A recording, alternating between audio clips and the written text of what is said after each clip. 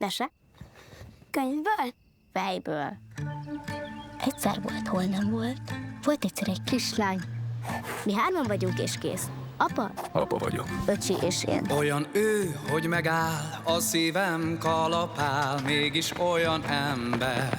Sziasztok! Hello. Hogyha kell, odébb áll, ő az úton merre jár, abban nincsen rendszer. De mi történt? Mindjárt jön az is.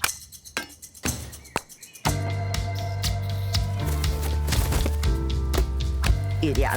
De nem tudom, hogy hol kezdjem. Egy regényben a szereplők karakterek, akik életre kelnek. Szóval, hogyha többet megtudok anyáról, akkor életre kell.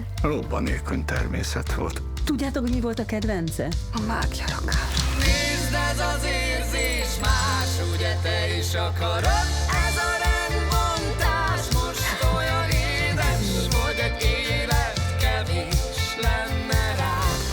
Ez a rendbontás most olyan édes. Ki ír ilyet?